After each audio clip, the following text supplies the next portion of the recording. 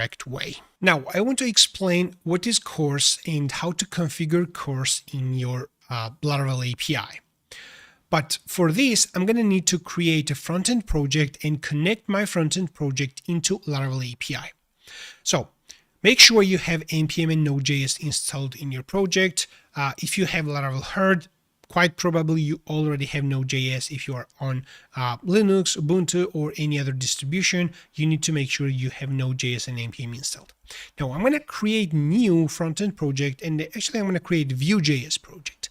Let's execute npm create vite latest, and we're going to hit the enter. I'm going to type yes, and it's creating a Vite project, and I'm going to give it proper name, Laravel API testing from Vue. Okay, so I'm going to choose Vue.js. Actually, I can choose JavaScript, roll down Vite. No, I don't want this. Yes. Okay, the project was created and it is started on localhost port 5173, but I'm going to stop this and I am going to open using VS Code. And this is Laravel API testing from Vue. Cool. Let's open this using VS Code, second instance of VS Code. In the first instance, I have Laravel API. I'm going to bring up my terminal right now, and I'm going to execute npm run dev. Now we have the application started on localhost 5173. I'm going to copy this, and I'm going to open this in my browser. I opened something else. Well, actually, I stopped. Okay. So here we go. So this is our Vue.js application. And now I want to make requests from my Vue.js into Laravel API and simply render the received prompts. So I want to test making requests from my Vue.js to Laravel API, nothing else. So I'm not going to implement the complete user interface from Vue.js right now, because I simply want to test this CORS functionality. For this, let's open source app. I don't want to overcomplicate thing. So I'm inside the app and here's the template. And I'm going to import now on mounted, and on mounted hook, I'm going to make request, and I'm going to use fetch to make request. This is going to be, let me take the URL from here. I don't need any kind of query parameters for simplicity. I can just make requests on the default URL. I'm making fetch request right here. We get ren, then we have response.json, and inside then we get actual result, right? If I remember correctly. And we have to define data here as well. Const prompts equals use ref, and this is going to be empty array, and then prompts dot value equals results dot data. I think actually let's put a debugger here. Yeah, this is, I just want to see the data, received data. Even printing them inside the template is not important. So I saved this.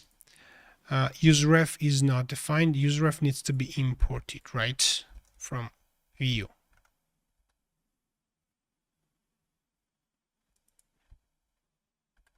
It is not useref, probably it is simply ref.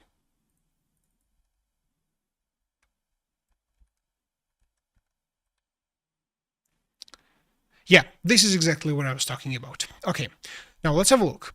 So we are trying to make a request on a localhost port 8000/API, whatever it is, from origin localhost 5173.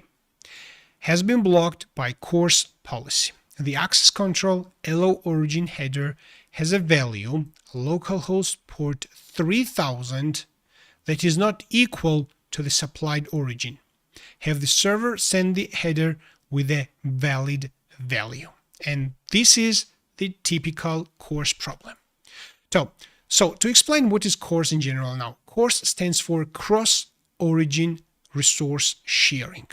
And it is a mechanism to allow server to return data to specific domains.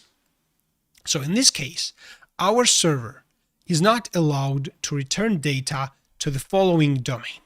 It is only allowed to return data to the following domain, localhost port 3000. So in fact, if we open our Vite server, stop this, and execute this with port 3000, dash port, okay, we're going to open package.json, and we're going to provide dash port equals 3000 here. Somehow I mistakenly thought that providing dash port here, it was my mistake. Now we have this on localhost port 3000, and if we open this on localhost port 3000, we don't see the error, CORS error. We see a different error, to be honest, and that different error is the authentication related error. We're trying to get the information, the prompt generation information, while we are not actually authorized. That's a different thing. Now, in fact, just to make this very cool, we can take this auth token, and we can go inside our view application, and we can provide headers. We can provide one header is going to be content-type to be application/JSON. I'm going to duplicate this 2 more times. This is going to be accept header, and this is going to be authorization header. Inside authorization header, we're going to have bearer space and the token. Oops, what's the token? Hey, come on. Let's get this token. Paste here. Okay, cool. Now we save this, refresh it, and look at this. Inside the debugger, we have something, and as a result, we get the data. We have the data, links, and meta. So the entire result is the actual response, what we typically get when we make requests using Postman. We have 15 records right there. Okay, and that works because of the CORS, because our server allows localhost port 3000 to make requests. All right, and where is that information written? That information is written inside the CORS config file. So if we go inside Laravel application and expand this config and search for CORS PHP, if we're going to open this, we see the following configuration associative array. So we see paths, which is asterisk, meaning we allow CORS on every path. We allow CORS on every method. We allow CORS on only front-end URL. This is the key thing. And then we have allowed origin patterns, allowed headers, what headers can be allowed, exposed headers, and so on. But the key thing is this allowed origin. So if I change this right now, actually, let me first revert this into the default port and restart that. 5173. 5173. Okay, now we have this CORS issue. The data is not loaded. We don't see the debugger stopped because it doesn't come to the following place here. Okay, now let's open our API project, and we can open this front-end URL where we have this localhost 3000, and if we change this into 5173 and save that and then refresh the Vue.js application, now the data will be loaded because we allowed 5173 port to access to our API.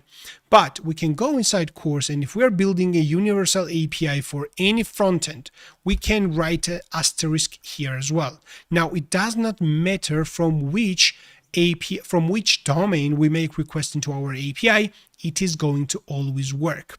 However, if you are building something only for one domain or for multiple domains, then you should consider putting multiple domains here as well. So you can just put those domains as comma separated values inside the front-end URL. You should probably change this into front-end URLs and provide a different port here, or absolutely different name, production name, domain 1, domain 2, whatever you want. You might do this differently and not put this in the end. You might take this from some CSV file, ignored CSV file, or something else.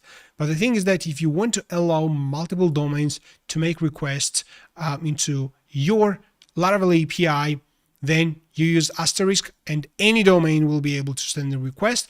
If you don't want any domain, then you simply specify domain 1.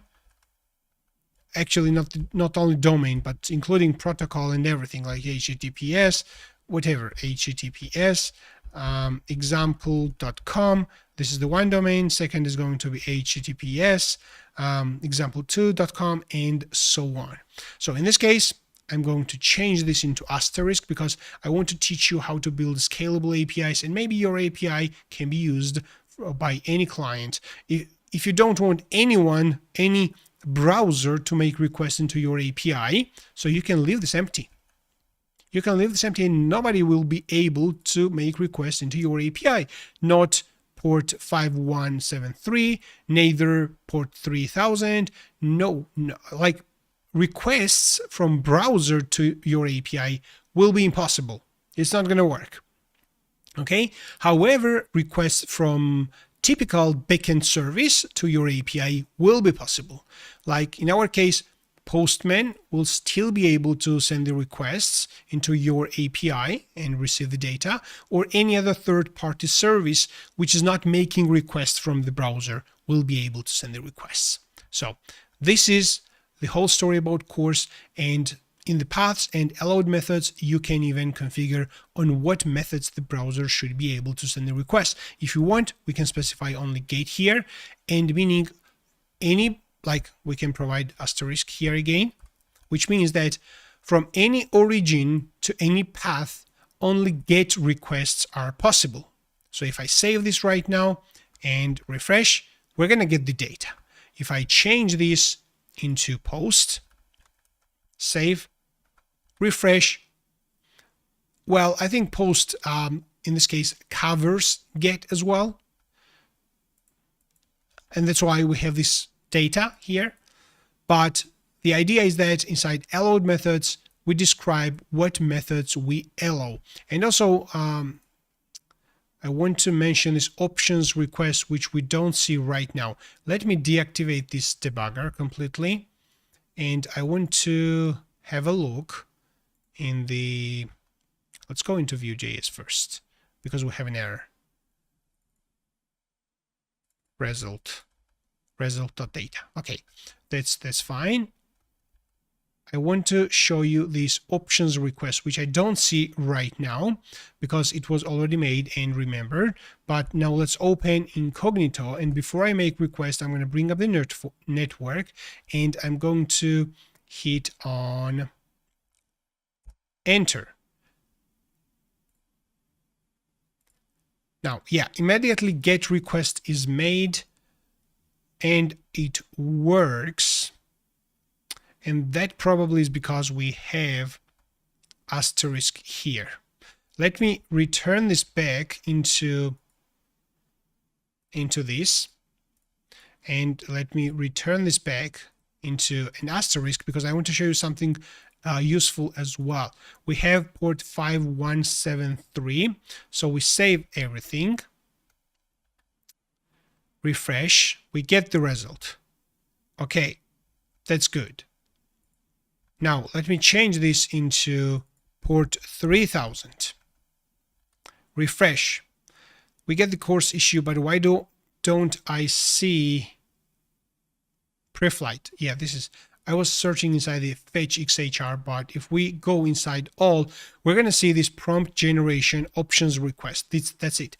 So browser first makes options request into our server. And the purpose of this options request is to identify whether the browser has permission to send a request to the following URL or not. Okay. And this options request returns inside response. We have allow access control allow credentials true. We see allow origin is localhost 3000. And we see allow method is only get. So based on this information, then the subsequent request is sent and either failed or not. If I change this right now into asterisk again, resend the request. Now it is not failed, but right here, access control hello origin is the current domain. So that's because the server know from which request the request from which browser and domain the request was made, and that domain is added into access control hello origin. Okay, so I know the information might be a little bit too much, but I wanted to give you a brief understanding how CORS works.